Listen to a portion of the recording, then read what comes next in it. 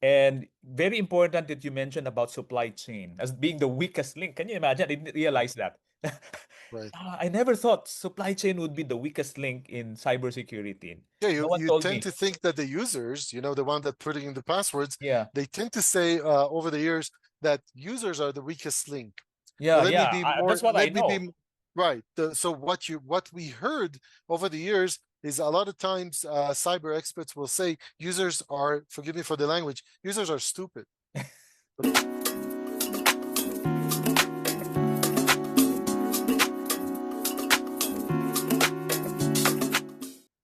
Blessed day, everyone. Welcome to the very first episode of the ABBA Business Podcast. I'm Pastor Ron Bayron, the CEO and President of Yahshua ABBA. And today we're launching this podcast with what I believe is one of the most important conversations any Philippine business leader needs to hear right now. We're talking about cybersecurity, not in theory, but in practice. What does it actually mean for companies that handle payroll, HR records, and even financial data for thousands of employees? I think that's heavy. That's a very important responsibility.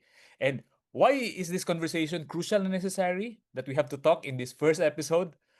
Well, for a quick backgrounder, for 17 years, Yeshua Abba has been trusted by 500 plus Philippine companies with their payroll, HRIS, financial data. I mean, the most sensitive records, for over 100,000 employees and users.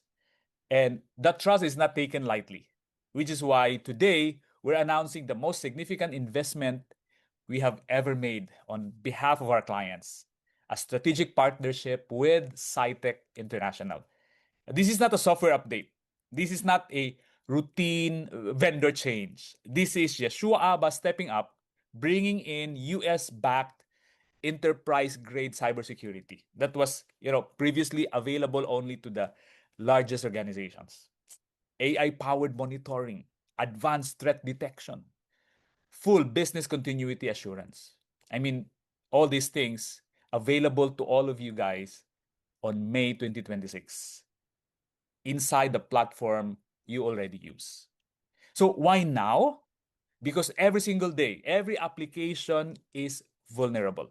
The business that act today protect their people, preserve their reputation, and grow without the fear of tomorrow.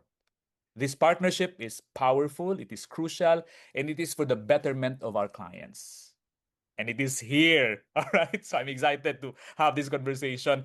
To help us unpack this, I have with me my very own brother, Ken Heffer, the CEO of CyTech International, a US-based cybersecurity firm that has become our strategic partner. Ken, welcome to the show. Thank you, Pastor Ron. Thank you for having me. It's an honor to be here. I thought you did it before, so this is your first. Wow, I'm even Yeah, more honored now. yeah. So I would like to quickly introduce you, and you can add more if I miss anything. Sure. So again, ladies and gentlemen, we are so privileged to have Ken Heffer. He's one of the world's leading voices in cybersecurity.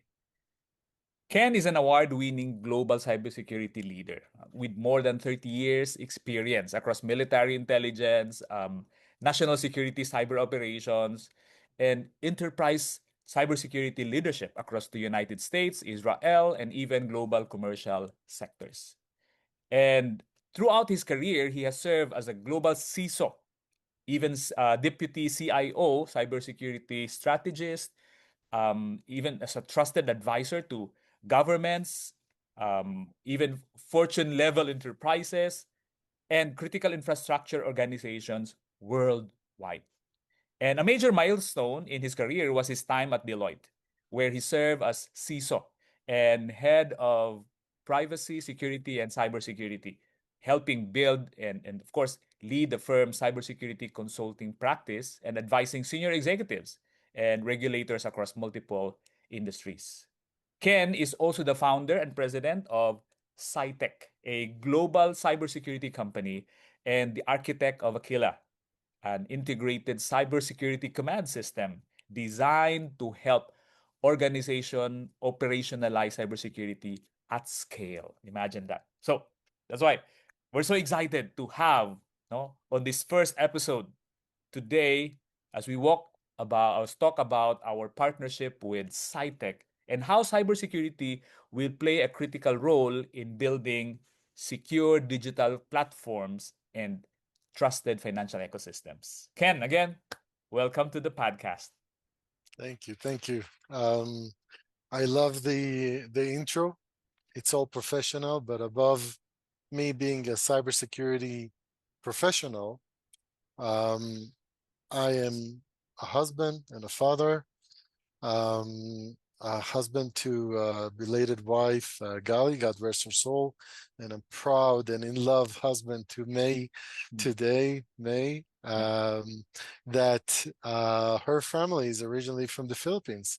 Yes, And yes. I think that's the love of me to May brought me to the Philippines, and I fell in love with the country, with the people, with the culture, with the challenges Praise of God. me being from the Western countries, from the United States, from background, to be exposed to the kindness and generosity of the Philippines. So beyond me being a cybersecurity professional and all the credentials that you shared here, thank you for giving the credit. First and foremost, I think you and I, and obviously through May and through my family, which is my foundation of everything, we share faith in God. Amen. You Amen. carry the faith in God in the name of your company, in your brand that you built. So I'm looking up to you, Pastor Ron, because Thank you you so much. really carry out the name of God out there, and you are fulfilling the orders that we all should carry with us. Amen. Amen. Thank you, Ken. Yeah. And of course, now we're trying to maximize our time. I want to make most of Yes. your time, Ken. So before we deep dive, kindly give our audience a quick 60-second version of what does SciTech International do? I mean, why does it exist? Excellent question. SciTech exists because cybersecurity became a burden for a lot of Agree. businesses, a lot of business owners. It became an area of unknown territory. Mhm. We don't know enough about it to make a decision, yet it's part of our business and we have to make a decision. So, what do? We hire professionals, much like myself, Yeah. to tell us what to do with our own business. Yeah. To me, over the years, the way I saw it, 30 years, military, civilian, a lot of things, I always say that I was fortunate enough to be in the right place at the right time with the right people to gain the experience that I gained over the past 30 years. But I was merely put out there as part of the great plan, I call it. And from gaining this experience, I felt the frustration Hmm. of business owners, Mm. and business management always attracted me, always made me think, wow, look at these people. They really, more than making money in having a business, it's serving a purpose in their Mm. life. They, Yeah. if you take Apple, for example, Steve Jobs changed the world. Hmm. I can take it to others in the area of entrepreneurship. I can take those that inherited something from a parent, or given some money to start a business. Um, uh, our current president in the US, Donald Trump, was given $1 million from his dad after graduation, and he turned into multi-billion-dollar empire, which Yeah. I adore his work, his business work. Yet you go to him now as a president, and before that, and during every um, this business decision that he makes, I'm sure he's not as expert in cybersecurity that he as he wants to be. Yeah. Agree. Neither was Steve Jobs and many others. Yet their business includes the part of cybersecurity, and to me, it was the the choice that I needed to make. Mhm. Either I go with the flow and become one of the consultants out there, make my money from businesses that don't understand cybersecurity, or I go against the flow and I try to empower businesses through their cybersecurity, but tell them that I understand their business, I understand cybersecurity, and here is how they can better understand that area of the business and then do better, do more with their business in the field of cybersecurity. So my goal of building CyTech is to help businesses, empower businesses through their cybersecurity to be more dependent and less dependent on people and knowledge like myself. Wow. Wow. Kind of a, Amazing. but Yeah. to me, it's every business owner takes a lot of risks, and we should respect every business owner, even myself, and certainly yourself. Taking the risks, putting the family on the line, the future on the line, all the investments that we make, we don't know if it's going to work. Every business owner should be respected Yeah. for Yeah. those decisions, for those steps that they take, and I'm here to help them. Wow, amazing. Ken, I personally appreciate what you're doing. I mean, I believe that's your conviction, and I really encourage you to continue doing that because many Thank you. businesses worldwide are getting blessed because of that desire.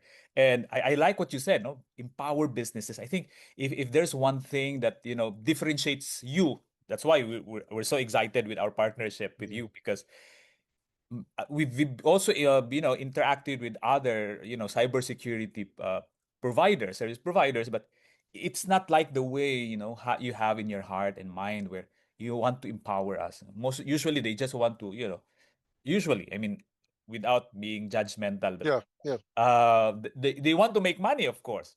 But in your case, it's more than the money that you make, and I really right. appreciate that. So continue with that, brother. It's very Thank important. you. We're getting Thank blessed. you, brother. We Thank in you. Yeshua Abba are also blessed with that.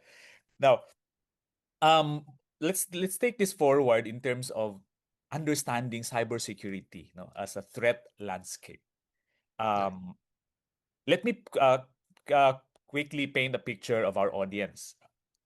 At Yeshua Abba, we serve like 500 companies with more than 100,000 users across the Philippines. And our platforms handle payroll computations, employee records, government compliance, even bank details for salary disbursements. yeah. That's an enormous amount of sensitive data. From your perspective, Ken, as a cybersecurity expert, how vulnerable are companies like our clients right now? That's a very good question. The short answer is supply chain. Hmm. Cybersecurity is not done through technology. Let me say it again to everybody listening to us. Cybersecurity is not a technology solved problem. Hmm. Okay. Technology enhances what the business owners decide on. So we do cybersecurity through the eyes of the business. It's mainly people's problem or people's challenge. And let me explain further on this one. I said supply chain. Supply chain today and any given day is uh, the weakest link of any organization in terms of cybersecurity and security in general. Because on one hand, I need to trust my vendors to do the Hmm. right thing with my data, with my information, with my production, with my supply, whatever they supply in my supply chain, whatever they're part of my business, I need to trust them. Yeah. The question is, how do I make sure that I verify this trust? So Mm. President Ronald Reagan back then, the early 90s, when the US started negotiating with the USSR about, later on the fall of the USSR and, became from USSR to Russia and Western Europe, um, President Reagan, which I adore, and I listen to him before I go to sleep. A lot of Really? very, very wise things that he was interviewed on, a figure to me to follow. He was asked by a reporter back then talking to the Russians, and the Unitarians said the Russians were the enemies. They were the bad people. They wanted to nuke the US. Okay, Mm. that's a bad thing, Mm. right? Yeah. So President Reagan started talking to them and started giving them the figure of human beings again. They're not monsters anymore. We can Mm. talk to them. We can get negotiation.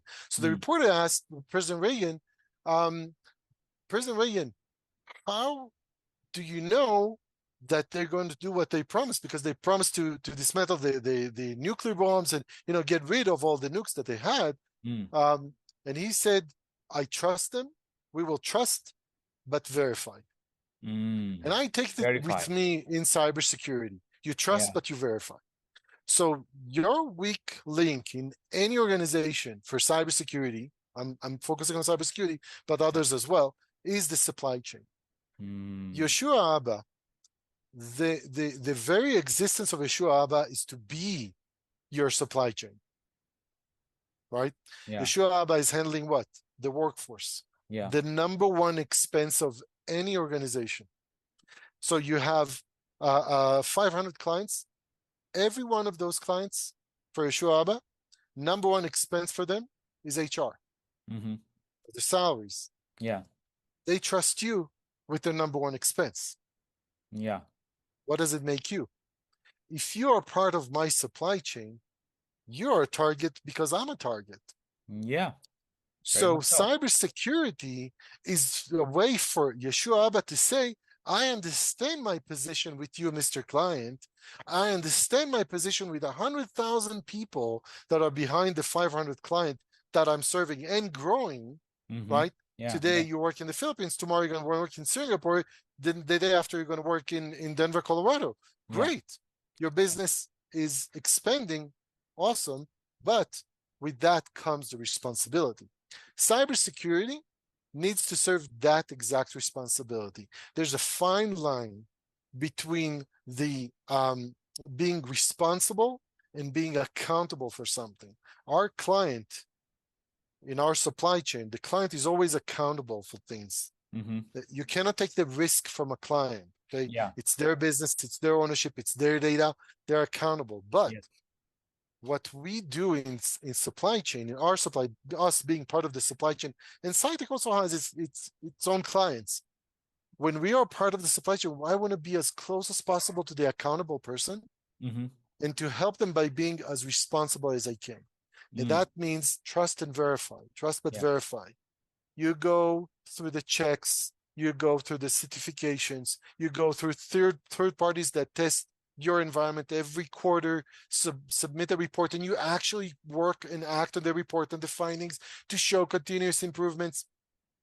You back it up by international certificates. There's a lot of things that you can do in cybersecurity to address that issue, but cybersecurity today, the most relevant area that describes Yahshua Abba's challenge is Yahshua Abba being probably one of the most important parts of the supply chain of its clientele. Yeah.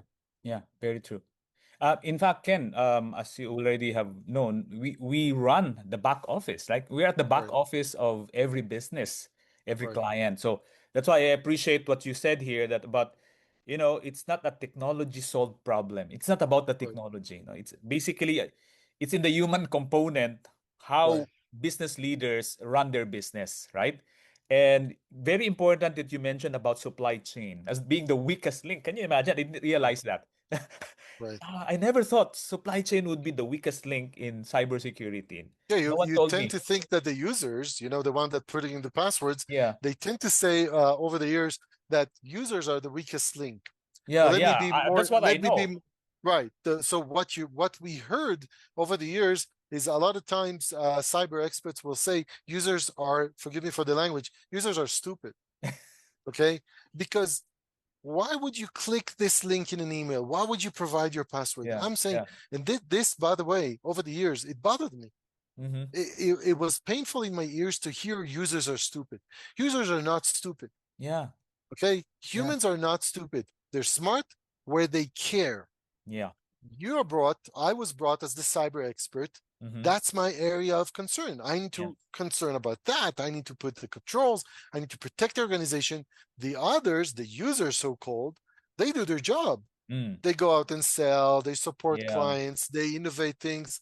I don't do all these things, yet somebody yeah. pays me. From Yes. what money? From the money that they're making, right? Correct. So who's the stupid here, right? Maybe I'm the stupid one. Maybe I'm not clicking links, but I don't know how to make money and how to sustain the business, something that other people are. So it's an ecosystem. An Yeah, organization is an yeah, ecosystem, and we all need to make sure that we work together. The supply chain is a peripheral of the ecosystem. It's not yeah, part of the organization itself, not part of the core, yeah. but it definitely has access to the very sensitive part of the core in a way that for us, cybersecurity, it's a challenge. Yeah, yeah, yeah. And um, very true. I just realized also when you said, trust but verify. I mean, you have to Right, verify. I mean, you have no choice also if you have this supplier, you have to trust your supplier, right? If you have to right, engage, you have no right, choice. But you have to verify whether this is a trustworthy supplier. And right. you mentioned especially about certifications. Can you quickly expound on how important and our listeners right now, how important is making sure that they check on certifications of their suppliers? Great question. Wow, I like these questions today. By the way, I'm with no paper. I'm answering Yeah, from this is what I know. spontaneous. I didn't prepare any answer. So I hope it's okay for the podcast, especially if the first one, I don't know if they come back. I don't know if they like my answers. But the certifications are kind of a stamp that we get for something that we do. Okay, some accomplishment, something that we want to be recognized on.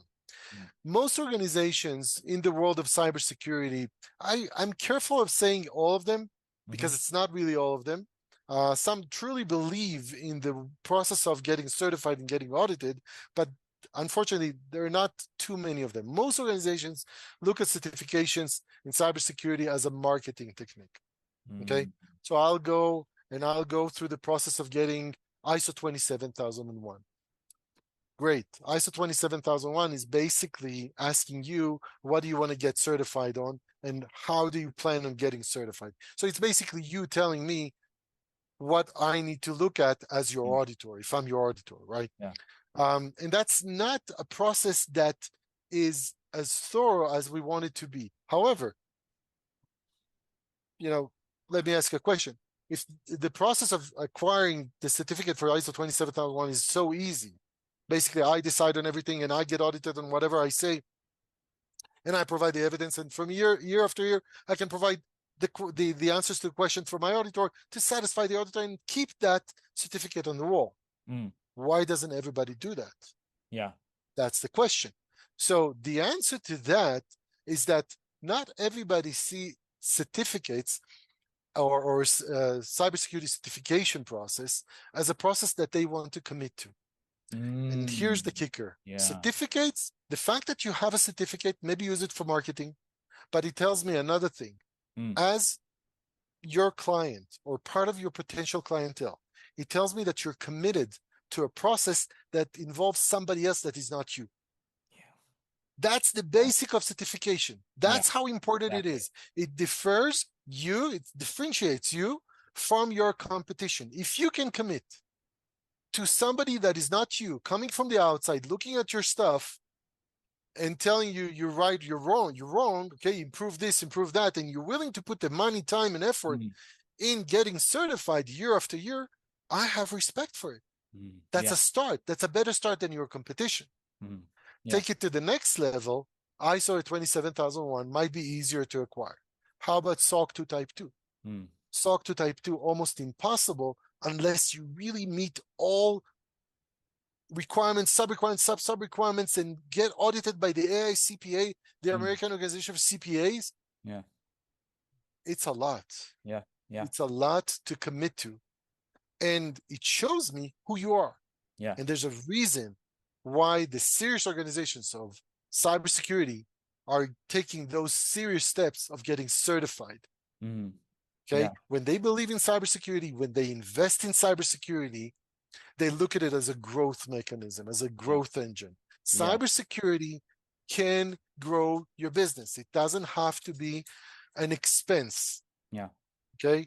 Yeah. Unfortunately, for 97% of the businesses worldwide, they look at it as an expense and they Mm, spend money on cybersecurity versus the other 3% that are investing in cybersecurity. yes. Agree. And we can talk about that more, but that's just the start of Yeah. those certificates. Yeah, thank you for explaining that. In fact, I can really relate. To be honest, I'll be frank about it.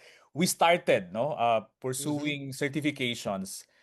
For that reason, we want to be, we want to market better. We want to appear as, we're compliant. And then it's very true. We realize later on, no, it's an investment, no, not only with Right. money, but time, effort, everything. Everybody has to work with certifications. And these auditors are independent auditors. I mean, they're not friendly. Okay, they're just there to find fault and make sure that everything passes through their examinations. Right. And I mean, that's why, honestly, today, by God's grace, we have succeeded in our Amen. 27001 no, ISO certification. We passed to SOC 2 Type 2. I mean, you're very correct. No? Wow. It was very Wow. difficult. I mean, Very these difficult. Yeah. American auditors are just, Yes. really brutal in terms of their Yep. questioning and verifications. And of course, GDPR, no, for Yep. Europe. So Ken, thank you for emphasizing that because that actually confirms, no, you as an expert in cybersecurity, that what we're doing here in Yahshua ABBA is really supporting that direction of, protecting really not only our company but our clients. Now, Right. bringing it, and I think this is going to be my last question for this segment, Sure. bringing it to a more Philippine context specifically, because I talk to a lot of business owners, no, even IT managers, Mhm. and many of them, I would say, not very. I'm sad to hear. I would say, like they're believing that it won't happen to them, something Mhm. like that. I mean, like it won't happen to us, something like that kind of, or that we have antivirus enough to protect us. Yeah. Please tell us, no, especially our audience, what's the reality? So the reality is that the director of the NSA, National Security Association here in the US, gave a testimony in the House of, I think it was Senate, a few years ago, maybe a decade plus years ago. Um, and he was asked the same question. Mhm. You know, most organizations are not hacked. Why do we need to invest so much in cybersecurity? Why do you make that one such a great problem? It sounds like you guys, cybersecurity people, are creating the monster that Yeah, feeds you, right? It's our I hear that. business. He answered very well to this question. The world of businesses out there, and governments as well, is divided into two. Mhm. Those that got hacked and those that don't know that yet.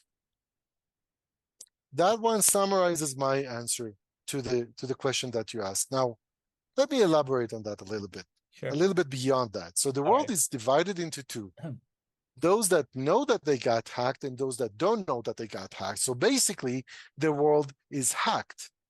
Mm. Yeah. That's the assumption of cybersecurity people, much like myself over the years. There's no organization that is not interesting enough. There's no organization in a certain geographical place in the world that is not interesting enough for your hackers. Let's say if I'm pointing at myself as your hacker, to use you Hmm. to accomplish my goals. Being a hacker today is a business. Much like any other business, we have clients. Okay, I'm not saying I'm a hacker. I'm helping organizations think, and I'm representing the adversary's way of thinking or what they see when they look at us. So if I'm the hacker that is being interviewed now, and you ask me about the Philippines, let me give you two examples of my life here in the US. Okay, two phone calls that I made this week and last week. Last week, I called my bank, probably the biggest bank in the world. It's called Wells Fargo. Hmm. You're familiar with the name, Yeah. right? Yeah. Accountant. So you're familiar with the name. Yeah. So I called Wells Fargo.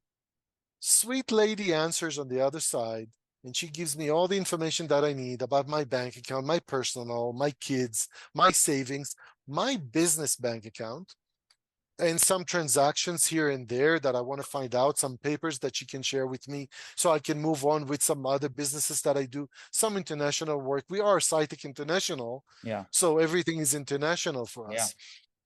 At the end of the conversation, I asked her this question. So, where in the Philippines are you located? And she laughed. She cracked up. She's like, sir, we're not allowed to give our geographical locations, but thank you for complimenting me, something like that. Mm. Okay, I respect that Wells Fargo doesn't provide this information. This morning, today, I didn't plan that, right? Okay. Today, I'm calling my healthcare provider, right? Last week, the bank, today, the healthcare provider. And I'm trying to book an appointment. And again, this sweet lady answers the phone and she's walking through all my, identification, all that, verifies my identity. And I need to see this doctor for this one. And my daughter needs to see that doctor for this one, blah, blah, blah, blah. And lab test results and will be sent to this address and da, da, da, da, da, da. Great. And then I ask her the same question. Can I ask you a question? Of course. Where in the Philippines are you located? She started laughing and she said, in Manila, sir. So Right. I obviously my Tagalog is not that good, but I did say salamat po, and she congratulated me back, and she loved the fact that I recognized that she's from the Philippines. And I explained to her about our offices in Cagayan, Manila, Cebu, all the operations we have there, and the great people that we have in the Philippines. And then we hung up the call, and I was thinking about the two calls that I had personally, one Mm. to my bank, Mm. second to my healthcare provider. Both of them were routed to the Philippines. They have access to all my information. And now you cannot convince me that the Philippines is not interesting to hackers. Mm. Yeah. Because if I'm interesting enough to hackers, then the Philippines are interesting enough to hackers. That's my supply chain. Yeah. Whoever lives in the Philippines today need to understand two things.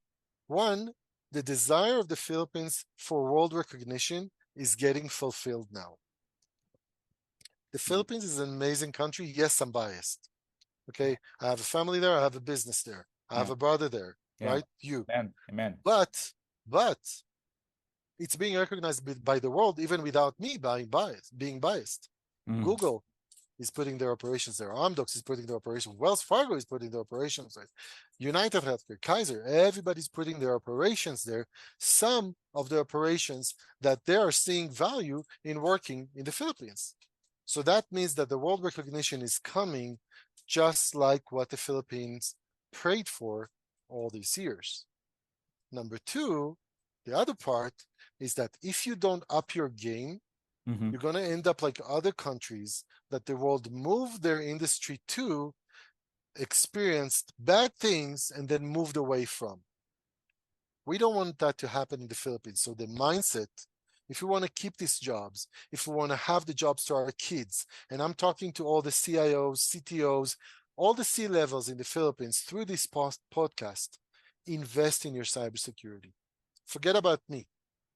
I'm biased. Invest in your Yeah. cybersecurity. Yeah. Because if you don't do that, we saw things happen in different countries, larger countries in the world, bigger population. Mm. The reputation was ruined by cybersecurity per se. And I'm not talking privacy, I'm talking cybersecurity, the way that you even protect the systems that you use. It happened.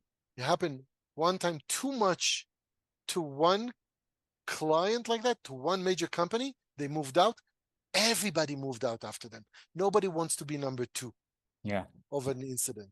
So, first, everything we asked for in the Philippines is actually happening these days. The two is the obligations that we have to make to keep it here, to keep Yeah. it in the Philippines. Mhm.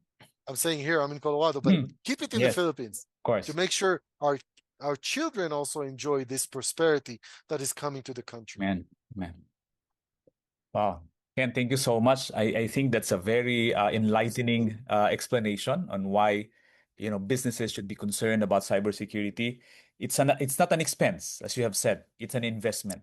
Right. And you have, in fact, powerfully described to us, no, the scenario of where we are, worldwide cybersecurity landscape, and even here in the Philippines. And I think to our listeners right now, we encourage you to pay attention, do something about your cybersecurity because it's important and it has everything to do with your future.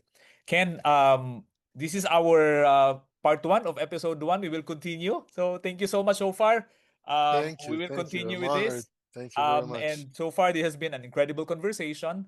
By the way, to everyone listening, if you are a current Yahshua ABBA client, please reach out to your Yahshua consultant to learn about cybersecurity services, which will be available by May 2026.